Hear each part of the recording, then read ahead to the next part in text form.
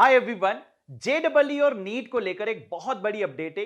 ये दोनों बहुत इंपॉर्टेंट एग्जाम्स आप सभी लोगों के लिए जो आज तक हुआ करते थे वो सीयूईटी में मर्ज हो सकते हैं। यूजीसी ने एक ऐसा प्लान प्रपोज किया है जिसमें वो चाहते हैं कि एक सब्जेक्ट के लिए स्टूडेंट को केवल एक ही एग्जाम देना पड़े। अलग अलग एग्जाम का जो स्ट्रेस और प्रेशर होता है वो उसे रिलीज करना चाहते हैं। ये डिसीजन आप लोगों के हक में है और इसके लिए मैं गवर्नमेंट ऑफ इंडिया का हृदय से धन्यवाद देना चाहूंगा। अभी आप लोगों को जरूर लग रहा होगा कि यह प्रैक्टिकली कैसे पॉसिबल है और डिफिकल्टी लेवल शायद इसमें इंक्रीज हो सकता है। लेकिन बेटा, ना तो डिफिकल्टी लेवल इसमें इंक्रीज होगा और ना ही ये किसी तरह से प्रॉब्लम क्रिएट करने वाला है। इनफैक्ट ये बहुत अच्छी बात है कि आपको अब सारा का सारा जो कुछ भी सिलेबस पढ़ना है वो एनसीईआरटी सेंट्रिक हो जाएगा। जेई, नीट और सीयूईटी तीनों को अगर मिला दिया जाता है तो एनसीईआरटी से बाहर कुछ जाने नहीं वाला। लेवल ऑफ डिफिकल्टी मुझे जहां तक लगता है आसान होने वाली है और आसान अगर होगी तो कंपटीशन हाई होगा। कंपटीशन अगर हाई होगा तो यहां वही बच्चा सफल हो पाएगा जो डे वन से फोकस्ड है, डिटरमाइंड है और कम समय में एक्यूरेसी के साथ ज्यादातर क्वेश्चन सॉल्व कर पा रहा है। तो अपनी प्रिपरेशन को पंख देने की जरूरत है, अच्छे से तैयारी करने की जरूरत है।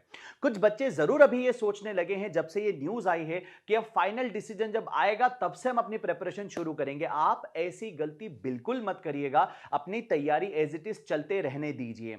आपको अगर नीट का एग्जाम टारगेट करना है तो आप फिजिक्स, केमिस्ट्री एंड बायो जैसे आप अभी पढ़ रहे हैं 2023 के लिए वैसे ही आप तैयार करें।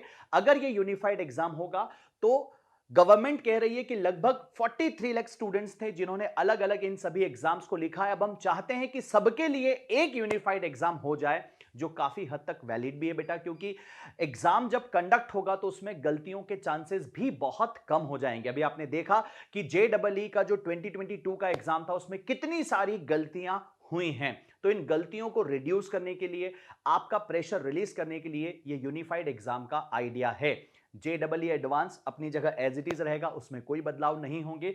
एक और बहुत इंपॉर्टेंट बात, आप सभी लोगों को बोर्ड पर अब ज्यादा फोकस करना चाहिए क्योंकि बोर्ड से रिलेटेड भी आगे आने वाले समय में कई सारी इंपॉर्टेंट अपडेट्स आपको पता चल सकती है। इसके पीछे का रीजन यह है क्योंकि जेडबलई के लिए 75% का जो क्राइटेरिया मैंडेटरी है, हो सकता है वो आगे चलकर नीट में या सीयूईटी में भी कर दिया जाए बेटा। So that is why boards की इंपॉर्टेंस बढ़ने वाली है।